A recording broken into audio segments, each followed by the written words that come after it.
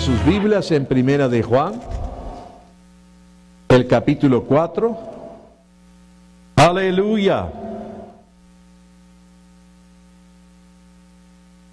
He estado compartiendo los 2 domingos pasados acerca de estar establecidos en el amor de Dios.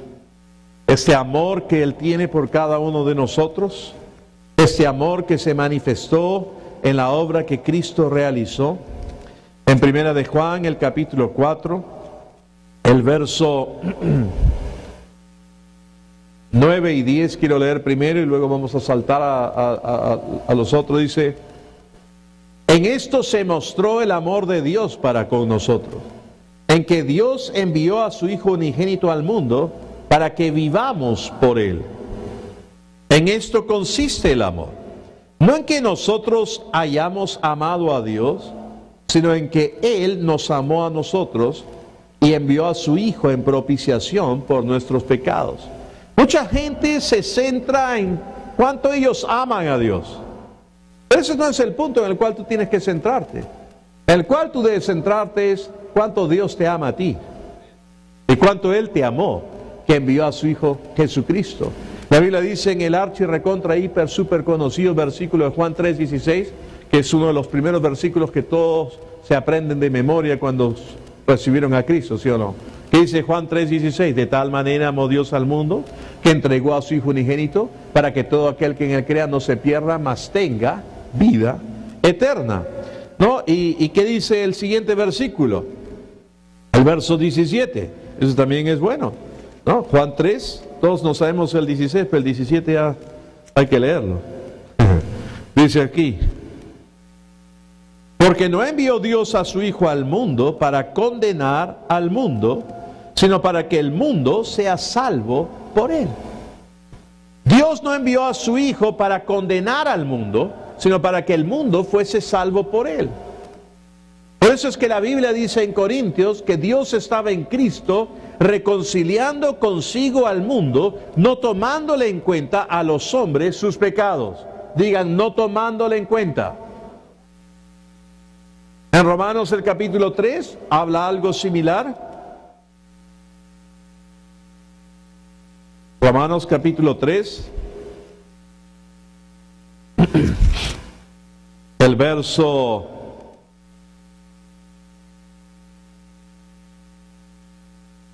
25-26 dice: a quien Dios puso como propiciación por medio de la fe en su sangre, está hablando de Jesús, para manifestar su justicia a causa de haber pasado por alto.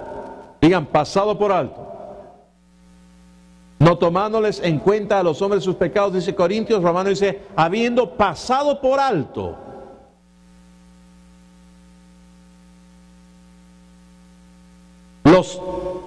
Los pecados pasados, con la mira de manifestar en este tiempo su justicia, a fin de que Él sea el justo y el que justifica al que es de la fe de Jesús. ¿Dónde pues está la jactancia? Queda excluida. ¿Por cuál ley? ¿Por la de las obras? No, sino por la ley de la fe. Verso 28. Concluimos pues que el hombre es justificado por fe sin las obras de la ley. Esa es la conclusión. Y volviendo a Primera de Juan, el capítulo 4, acá vemos que no se trata de cuánto amo yo a Dios, sino cuánto Él me amó a mí. Hola. Estamos hablando de estar arraigados y establecidos en su amor, en el entendimiento de cuán importante, valioso tú y yo somos para Él. Somos tan importantes y tan valiosos que Él envió a su Hijo a pagar el precio y a morir por nosotros. Y es más, llamó a Cristo el Cordero inmolado desde antes de la fundación del mundo. No, muchas personas que leen la Biblia y para luego querer atacarle no leen todo ni entienden todo.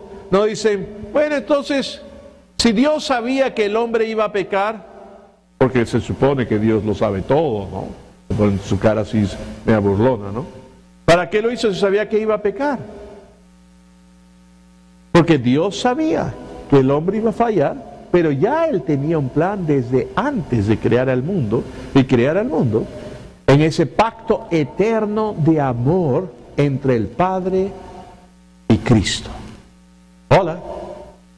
Por eso es que la Biblia llama a Cristo el Cordero inmolado desde antes de la fundación del mundo. Quiere decir que cuando el hombre falló, el hombre pecó, eso no sorprendió a Dios. No hubo un pánico como quien pisa un hormiguero. Yo recuerdo cuando vivía en Texas, cuando estaba estudiando en el Instituto Bíblico, yo vivía en un trailer, un camper. Y cuando caminaba del camper hacia mis clases o hacia al trabajo que trabajaba en las oficinas del ministerio de Charles y Francis Hunter, cuando pasaba por ahí por el bosque, veía, nunca siendo yo un citadino, pues, limeño, mazamorrero, nunca en mi vida había visto un hormiguero. Había visto hormigas que salían de grietas del concreto, había visto hormigas del jardín, pero nunca un hormiguero. Yo tenía 19 años, era todavía un adolescente. Me va a tener que perdonar lo que voy a contarles a continuación. Pero me encantaba patear los hormigueros. Pobrecitas las hormigas, ¿no? Y verlas cómo corrían por todos lados. Era lindo, era como un crátercito en la punta y iban saliendo. Y esas hormigas texanas, ¡uy! Te chapaba una. Eran de fuego esas hormigas. Y bueno, como siempre les botaba el hormiguero, un día ellas decidieron devolverme la visita a mi camper, donde vivía. Estaba todo lleno de hormigas. Me acordé de la película Marabunta con Charlton Heston. Y para los jóvenes acá que no la han visto, vayan a YouTube y busquen esa antigüedad. Entonces salí rápido del camper y hice un pacto rápidamente con Dios. Le dije, Señor, hago un trato contigo.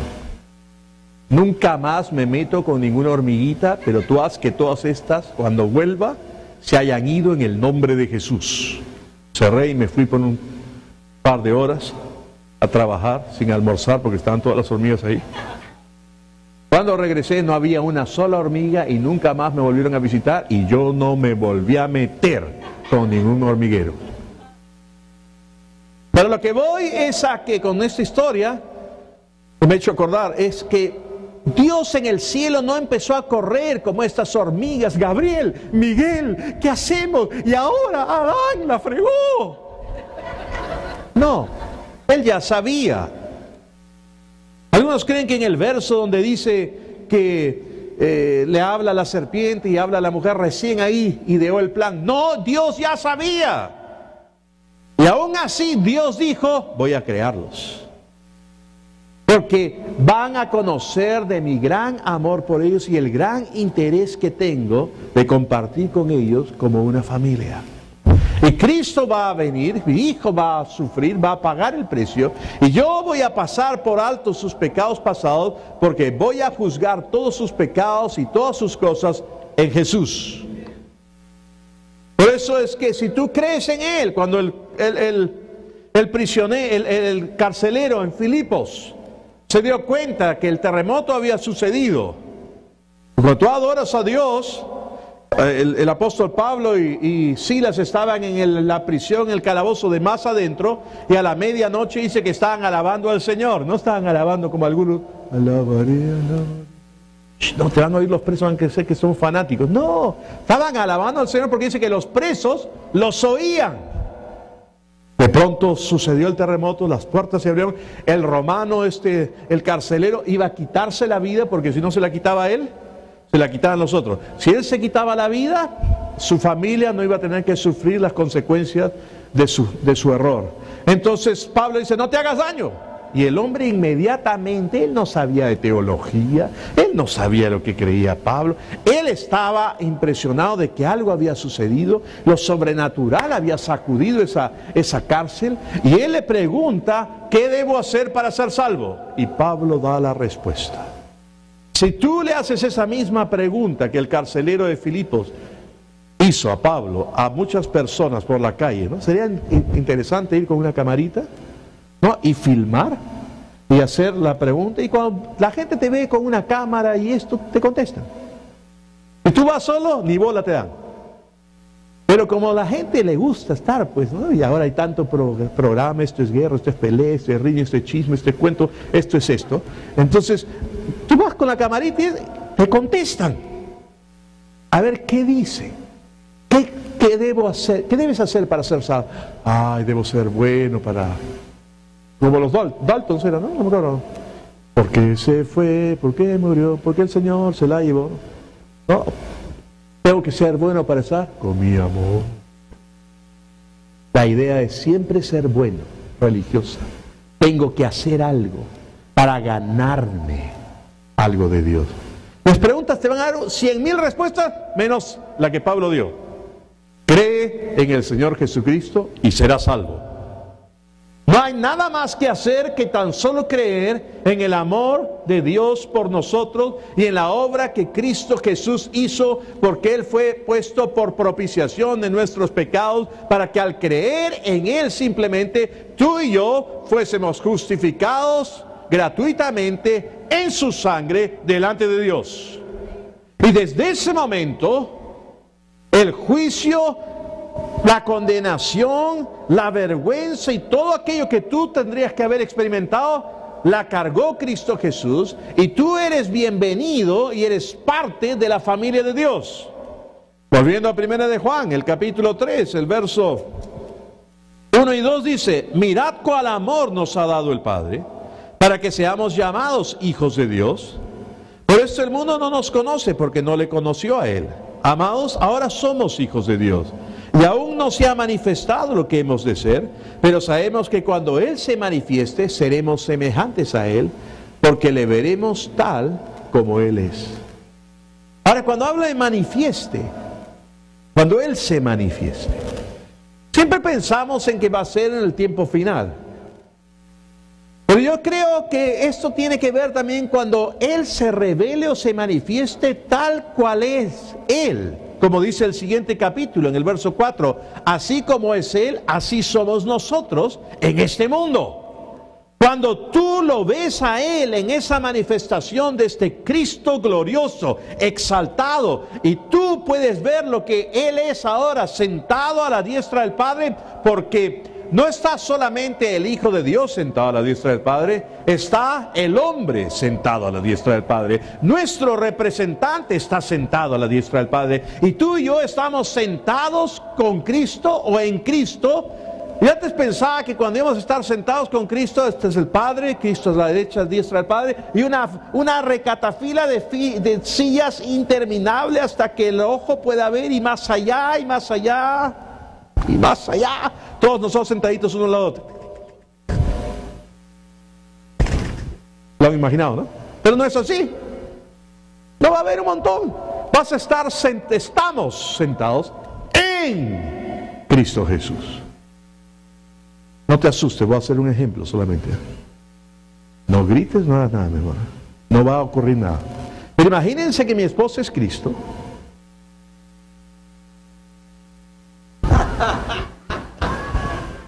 Y yo estoy en Cristo. Te he dicho que no te asustes. Ahora, si puedes bajar tus rodillas, me fastidiaría menos. Entonces, me siento ahí. Imagínense, tiene que echar mucha imaginación para creer que yo voy a desaparecer en ella.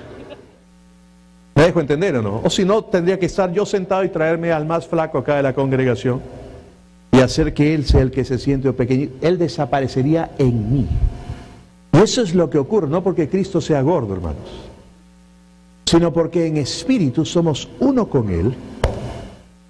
Tú y yo estamos sentados en lugares celestiales en Cristo Jesús. Nuestra vida está escondida en Cristo y Cristo en Dios. Que cuando esto que es Él se manifieste, entonces nosotros sabremos realmente lo que somos. Romanos 8 dice, y te dirán, ¿qué tiene que ver todo esto con el amor? Es porque tú tienes que estar establecido en el amor de Dios para creer todo esto y vivir en esa dimensión que va a producir un resultado en tu vida. Pero en Romanos 8 dice que la creación gime por su redención, por la manifestación de los hijos de Dios. El mundo gime por su redención. El mundo está pasando cosas en diferentes lugares porque los hijos de Dios no se están manifestando porque aún no creen en el amor de Dios por ellos. Siguen viviendo bajo condenación, siguen viviendo bajo temor y siguen viviendo por eso siempre estresados y angustiados, cuando la forma normal que tú y yo, si estamos establecidos y afirmados, arraigados en el amor de Dios, debemos vivir es en reposo, descansando. Isaías 26:3 dice: tú guardarás en completa paz aquel cuyo pensamiento en ti persevera, porque en ti ha confiado. Hay un tremendo poder de enfoque al enfocarte. Muchos no vivimos en la dimensión que Dios quiere que vivamos y no disfrutamos del amor que Él tiene por nosotros y de todo lo que Él ha hecho, porque vivimos dispersos en vez de enfocados. Hola. Dispersos, pensando en muchas cosas. Aún en esta congregación que ya venimos predicando domingo tras domingo tras domingo, por lo menos 3 años ya, más fuerte, desde el año 2011 con fuerza, el 2012 más y el 2013 más. Aún yo les aseguro que ustedes tienen ideas mezcladas en sus cabezas de la actitud de Dios su Padre para con ustedes. Algunos siguen teniendo temor, algunos siguen pensando cuando fallan en algo, cometen un error: esto me ha sucedido porque hice esto o hice aquello. ¿Saben ustedes que si usamos como ejemplo, digamos, mandamientos, en el nuevo pacto en el que estamos, la ley ha sido escrita en nuestros corazones? Pero mucha gente piensa que la ley que ha sido escrita en nuestros corazones son los 10 mandamientos. No. Nosotros estamos en la ley del Espíritu de vida en Cristo Jesús. Vida, digan vida, en Cristo Jesús. Y lo único que hay en nosotros operan la ley del amor y la ley de la fe. La ley del amor y la ley de la fe. Es lo único que opera en nosotros. Pero si hablamos por mandamientos, ¿saben ustedes a lo largo de la Biblia cuál es el mandamiento de Dios que más se repite? ¿Vale? Alguno puede pensar: no robar, no matar, no fornicar, no adulterar, no usar el nombre de Dios en vano, no, qué sé yo, postrarte ante Él. No. El que más se repite es: no temas. 366 veces en la Biblia Dios nos dice: no temas. Lo primero que Dios le dijo a Adán, después de que pecó, pues le dijo: Adán, ¿dónde estás? Ahora, si tú sabes algo de teología, todos conocemos los 3 ovnis, no los 3 ovnis. No estoy hablando nada acá de Sixto Paz, no estoy hablando de los 3 ovnis. Dios es omnipotente, Dios es omnipresente y Dios es omnisciente o lo sabe todo. Adán, ¿dónde estás? No era que él no sabía, él quería que Adán se ubique donde él estaba. ¿Y qué hizo Adán? La primera vez que se menciona esa palabra: oí tu voz en el huerto y me escondí porque tuve miedo. Desde ese momento en adelante, cuando un ángel viene a visitar a alguien con un mensaje de parte de Dios, lo primero que le dice es: no temas. No temas. Cuando se anuncia el mensaje de la venida de Cristo en el Nuevo Testamento: he aquí os doy buenas de gran gozo, que os ha nacido hoy en la ciudad de David un Salvador, que es Cristo. Que le dice: no temas, os traigo nuevas de gran gozo. ¿Por qué? Porque el efecto del pecado, el efecto de la conciencia de culpa, el efecto de no entender que tú estás justificado gratuitamente por la obra de Cristo Jesús, no haberte arraigado y cimentado en su amor, es temor, condenación, culpa, y tu vida vive estresada. Te pongo de tarea que pongas esto por prueba. Si algo te sale mal, lo primero que piensa la gente es, ¿qué hice mal? ¿Qué hice mal? El otro día estaba leyendo un artículo de este cantante, este músico Bono. Él decía algo que en el mundo hablan mucho acerca del karma. ¿No? ¿Has hecho esto? Ajá, bueno, pues. Todos los jóvenes ahora te dicen, estás karmeado. O sea, ya están, ya lo han vuelto más criollo para ellos, ¿no? Como si estás salado, te pasa esto por algo que has hecho, pues, sabandija. Otros es la ley de la siembra y la cosecha, otros te pueden decir que es la causa y efecto. ¿Correcto o no? Pero en Cristo Jesús nada de esto vale. Porque en Cristo Jesús hay gracia.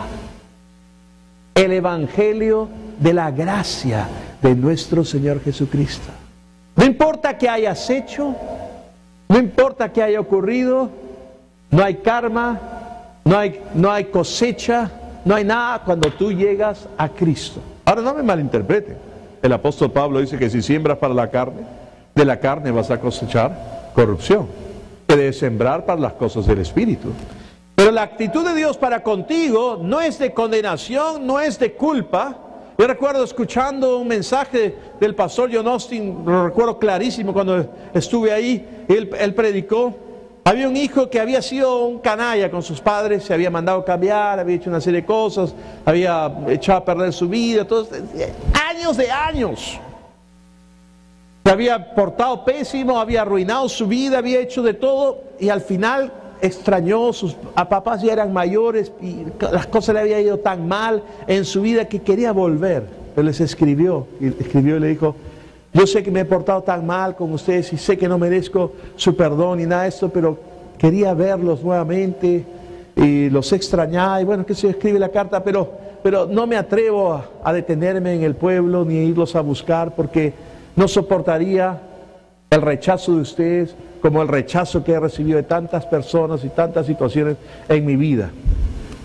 Entonces le dijo, yo voy a estar en el tren y si ustedes pueden poner una señal, un pañuelo o algo en la estación, en uno de estos postes, yo lo veré y bajaré y si no lo veo me seguiré de largo con el tren hasta otro pueblo. El chico estaba tenso, angustiado, bueno, el hombre ya, ¿no? Al acercarse al pueblo, pensando que de repente no iba a encontrar ninguna señal, y cuando llegó, no había un pañuelo, había pañuelos, globos de todos los colores por toda la estación. Estaba su papá y su mamá, ya mayores, viejitos, y otras personas que lo estaban, bajó llorando, y en vez de él tirarse a ellos, sus padres corrieron hacia ellos y lo abrazaron. Y es la misma actitud que Dios el Padre tiene con nosotros. Dios no está enojado contigo, hermano. Ni siquiera si alguno de los que está acá, porque para apartarse del Señor no necesita uno dejar de congregarse. Hola. Pero es fácil, ¿no? Todos apuntan el dedo y largazo, ¿no? Parece que se les soltase y sueltan la lenguaza. Hay gente que tiene la lengua tan larga que pueden estar en el dormitorio y servirse marja blanco y comerla. Después la enrollan. ¿Sí? Pero cuando la sueltan, no, y tienen la lengua y acusan a todo el mundo, juzgan a todo el mundo. Y hacen eso cuando no ven a alguien que se congrega. Pero hay otros que se congregan acá, vienen todo el tiempo, pero están más apartados que el que no viene. Porque cumplen con su ritual para apaciguar su conciencia, para que no me venga algo malo. Ay, y oran por gracia, dame la gracia para soportar al gordo, que no predique largo. ¿No? Pero déjame decirte, cualquiera sea tu situación, Dios Dios te conoce, Dios te ve. ¿Cuántos han oído de que cuando te mueras vas a estar parado ante el trono de Dios y van a pasar la película de tu vida? Dirigida, producida y estelarizada por ti, canalla. Y van a pasar todas las cosas que has hecho y van a verla. No, hermanos, estamos bajo la sangre, aleluya. Somos nuevas personas, esa persona ya no existe. Dios no está enojado contigo, nunca va a estar enojado contigo. Te ama. Él quiere que te establezcas en esa realidad. Amén. En Romanos, ya no tengo tiempo, pero en Romanos.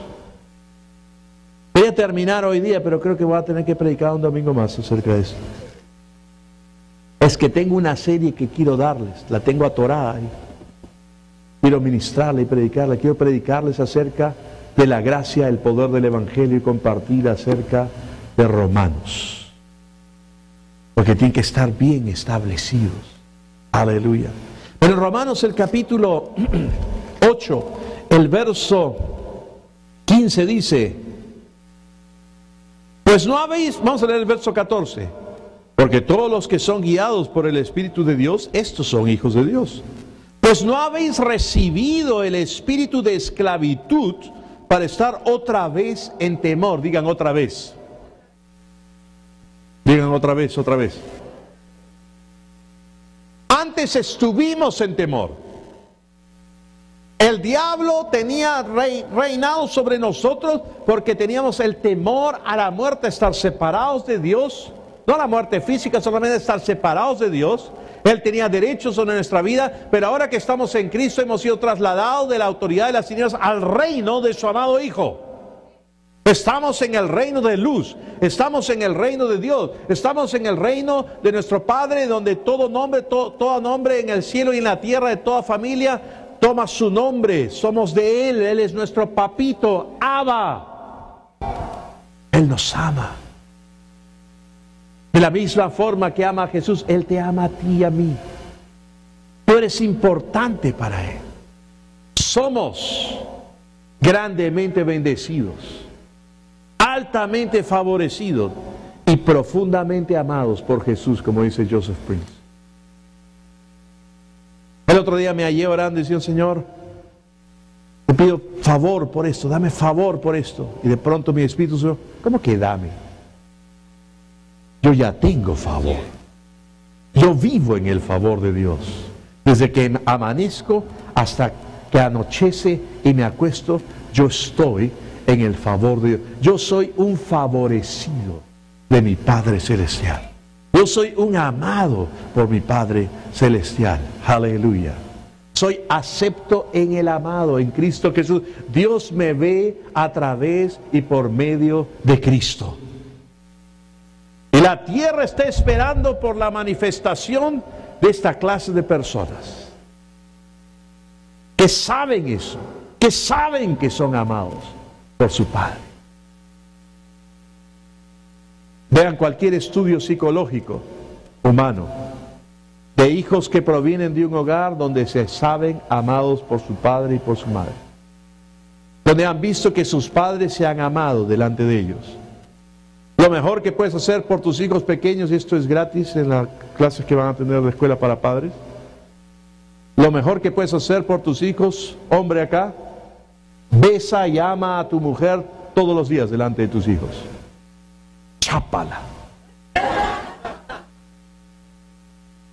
Abraza, inclínala. O sea, es como el sonso que llevó a su esposa a un doctor, un psicólogo, pues estaba deprimida y el doctor le hablaba a él, a ella, esto y lo que esto. Finalmente el doctor, harto de la pasividad de este menso, le dice, lo que su esposa necesita es esto. Se para, mueve la escritura, la coge a la mujer, la inclina y el otro sonso sentado dice, está bien doctor, se la traeré 3 veces por semana.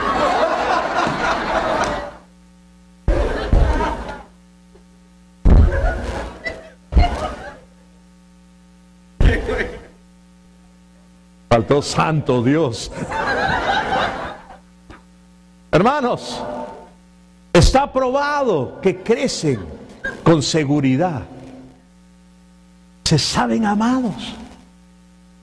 Se meten en menos problemas que otros niños y otros jóvenes, porque saben que los aman sus padres.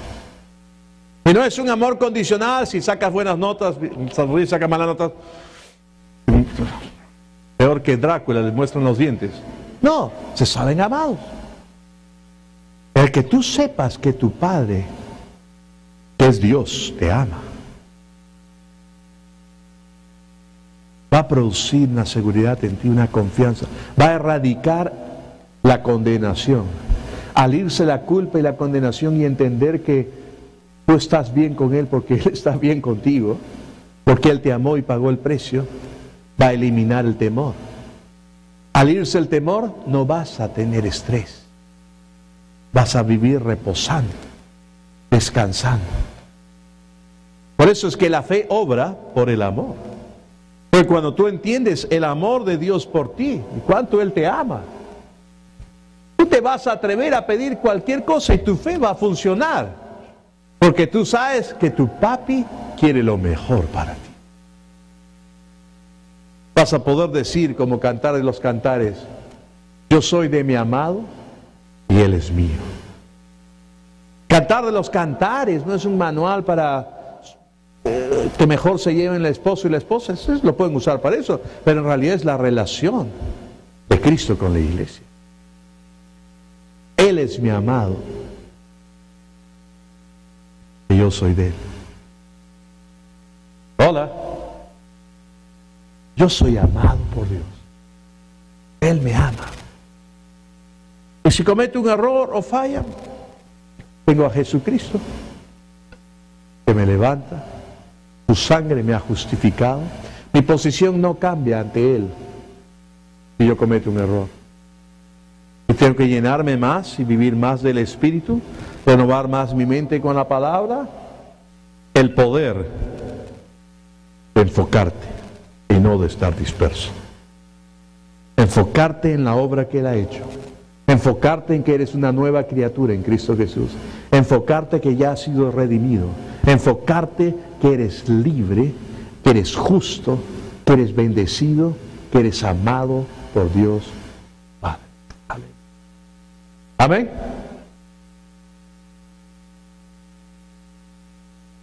Ahí nos vamos a quedar. Tengo un versículo más, pero ¿quieren oírlo? Vengan el próximo domingo. Vamos a orar. Padre Celestial, te damos gracias por tu amor. Gracias por enviar a tu Hijo Jesucristo, pagar el precio por nosotros.